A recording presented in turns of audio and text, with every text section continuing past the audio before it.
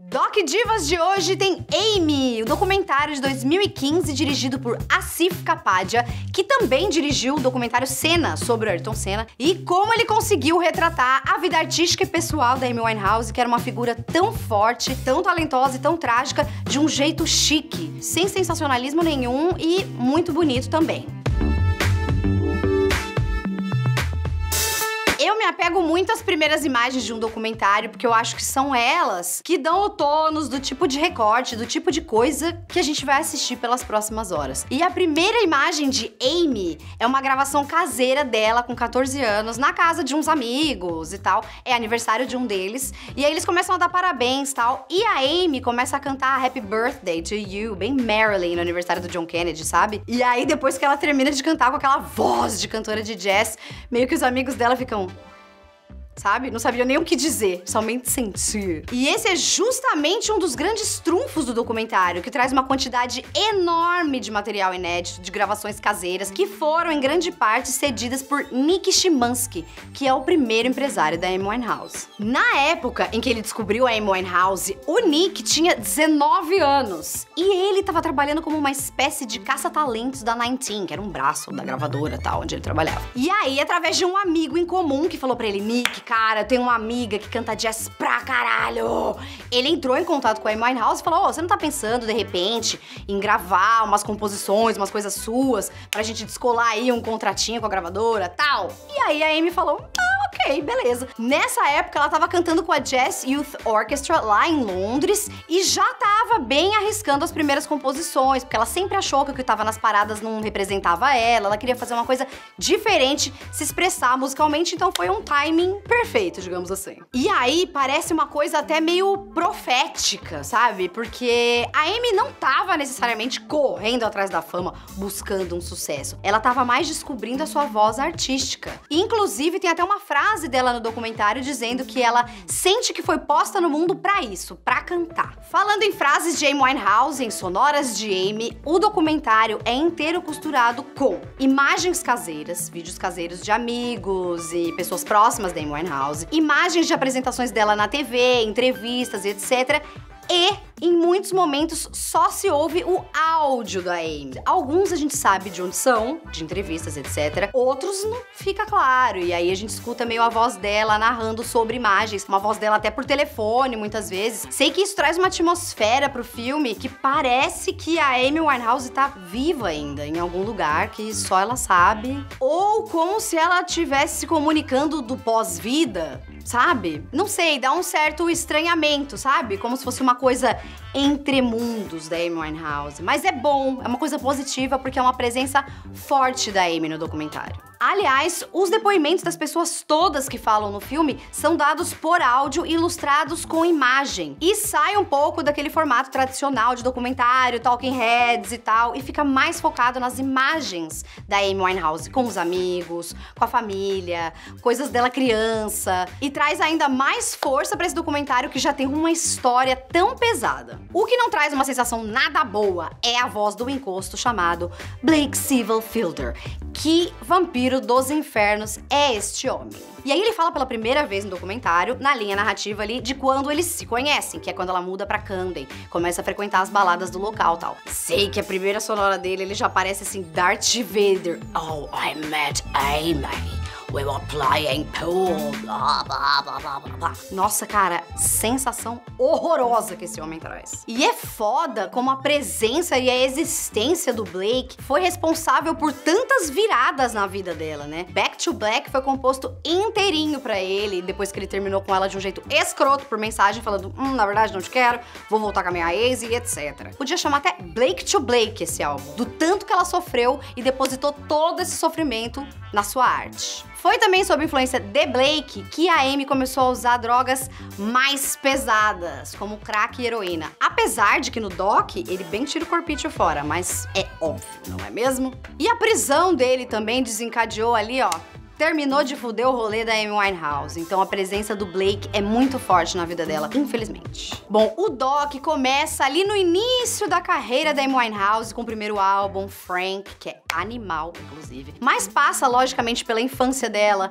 pelo período de depressão que ela viveu na adolescência, pela separação dos pais, pelo uso de drogas pesadas, lógico, por todo aquele circo que a imprensa fez em torno da vida dela, por Blake Silverfielder também, até culminar na morte dela, tão precoce, em 2011. E tem um recurso bem interessante que é usado no documentário para contar toda essa história da Amy Winehouse, que são as letras, algumas das letras dela escritas na tela. E é nesse momento que a gente percebe o tanto que o trabalho da Amy Winehouse era pessoal, porque quase que a cada virada assim da história dela rola uma letra de música que fala abertamente, poeticamente sobre a situação em questão. Fora em que são os momentos do filme em que a gente consegue ouvir a Amy Winehouse cantando, então são momentos muito bonitos que a gente pode ouvir aquela voz maravilhosa que ela tinha. O documentário Amy retrata também essa força estrondosa e incontrolável que foi a fama de Amy Winehouse. O número de paparazzi que seguia essa mulher por todos os cantos e meio que o apetite que as pessoas tinham pela ruína da cantora. É muito assustador e muito catastrófico mesmo, como bem lembrou a Lady Gaga naquele momento do 5'2", em que ela estava conversando com o Mark Ronson, um dos produtores do Back to Black, que ela cita sem citar Amy Winehouse. Bom, falei de 5'2", quero relembrar também Britney for the Record, que tem a ver. Que é o seguinte, lembra na semana passada que eu falei, bom, quando a Britney começou a ter seus problemas, que ela começou a surtar, o que a opinião pública fez? O que a imprensa fez? Como você ousa, Britney Spears, dar esse tipo de performance pra gente? Você deve tudo pros fãs, não jogue sua carreira para cima, que horror, lá, lá, lá. Com a Amy Winehouse aconteceu exatamente a mesma coisa. À medida em que ela ia fazendo shows cada vez piores, sem nenhuma condição física nem psicológica de estar em cima de um palco, as críticas iam se tornando cada vez mais sádicas. A Amy virou motivo de piada. Na indicação dela pro Grammy fizeram piada. Ó, Amy Winehouse tá indicada aqui em 6 categorias, alguém liga pra ela e vê se acorda ela lá que ela deve estar dormindo. Ha, ha, ha, ha, ha. Jay Leno fazendo piada com ela, vários stand-uppers fazendo piada com o uso de drogas e com a bulimia dela. Um horror. Mas sadismo maior mesmo, pra mim, é colocar uma pessoa nessas condições no palco, pra fazer show, pra fazer turnê, pra cobrir obrigação contratual. E fico imaginando também nessa época como que era pra Amy cantar um material que tinha sido completamente esvaziado de sentido por ela, né? Pela repetição da coisa. Muita exploração, cantou demais. E aí, quando a gente ouve ela cantando Rehab, lá pro final, assim, quando ela já tá um pouco pior de saúde, etc., que ela fala I ain't got the time and if my daddy thinks I'm fine, isso passa a ser não tão engraçado, bonitinho, assim, esperta, tal, quanto no começo da carreira dela, e passa a ser triste e assombroso. Imagina o que era pra Amy Winehouse cantar Rehab, I ain't got the time and if my daddy thinks I'm fine, sendo que o pai dela era um dos responsáveis diretos por ela estar naquela situação de turnê, naquele palco, sem querer. Chega um momento da vida da Amy, e essa é uma das imagens mais fortes do filme pra mim, que ela tá na Sérvia, ela vai fazer um show, sendo que ela tava assim, virada da noite passada, tiraram ela da cama, botaram num jatinho, botaram ela no palco em Belgrado, e ela entra no palco, fica olhando, abraça a galera e tipo, não canta. Ela não quer cantar, ela não canta. Parece que ela não sabia nem onde ela tava. Assim, é o ápice da exploração de uma artista por dinheiro. E Mitch Winehouse estava lá, um dos responsáveis. Aliás, Mitch Winehouse, pai da Amy, é um capítulo à parte, porque esse homem se aproveitou da filha o tanto quanto pôde. Ele chegou até a mandar uma equipe de reality, de filmagem, um especial que ele tava fazendo pra TV, My Daughter Amy, pra Santa Lúcia, que era um lugar pra ela, um retiro, que ela tava tentando botar a sua vida nos eixos, tentando se livrar das drogas, tentando escapar dos holofotes e etc. Ele cola lá com uma equipe. Uma coisa muito triste de Amy, o documentário, é acompanhar o quão fragilizada fisicamente a Amy Winehouse estava. Porque além de usar várias drogas pesadíssimas, ela também tinha bulimia, que foi uma coisa que eu descobri nesse documentário, aliás. Na época, não sei, acho que não se falava muito sobre o transtorno alimentar da Amy Winehouse. E o pior de tudo, isso era o quê? 2007, 2008, 2009, ela tava extremamente magra. E quando a gente assiste o doc hoje, é assustador ver isso. Mas nessa época, meio que todas as celebridades tinham essa magreza, eu fiquei pensando. É só olhar fotos da Nicole Richie, da Lindsay Lohan, da própria Demi Lovato na época. Era todo mundo um palito, como ninguém fez nada. Acho que talvez por isso passou ali, sabe? Essa magreza tão aparente da Amy, porque tava nesse contexto. E o documentário é muito triste, sim, é muito pesado, sim, mas tem os seus momentos de beleza e de alegria, como, por exemplo, ver o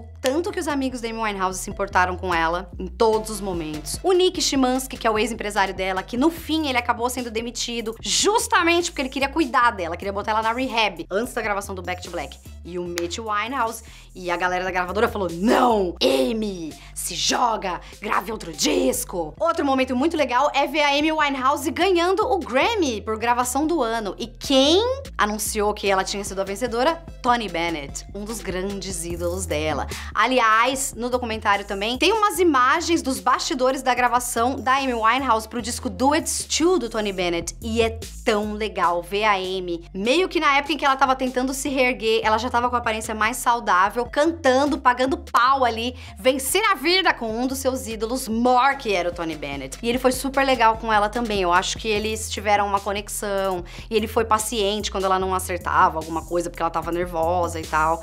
E eu sempre achei a Amy Winehouse muito real, sabe? Ela sempre falou o que vinha na cabeça dela, então ela não teve nenhum pudor de esconder que ela tava pagando um super pau e que tava nervosa mesmo na presença do Tony Bennett. Outro momento legal e que, não sei, parecia uma esperança na vida de Amy Winehouse é o fato de que ela tava pirando em rap. E aí ela ligava pros amigos, pra alguns produtores, e falava: cara, vamos fazer uns rap, tô pirando em rap aqui. Ela queria montar também um super grupo de jazz com Questlove. Ela tava querendo criar coisas novas. Obviamente a gente sabe como isso terminou, mas mesmo assim é legal de ver. Sei que é bem desconcertante quando a gente para pra pensar que o último single da Amy Winehouse foi Love is a Losing Game, que é o amor é um jogo em que se perde. Porque quando a gente começa a assistir a trajetória da Amy, da artista, condensada em 2 horas e 8 minutos, fica muito claro que a vida dela foi marcada por vários momentos de entrega extrema que não foram retribuídos, sabe? O amor pelo Blake, o amor pelo pai dela, que ela idolatrava, e até o amor por ela mesma, que tinha essa veia tão autodestrutiva. E com a morte da Amy Winehouse, essa música ganha quase um tom de despedida mesmo, de uma vida tão intensa, tão dramática e de uma morte tão precoce, pública e muito, muito, muito, muito triste.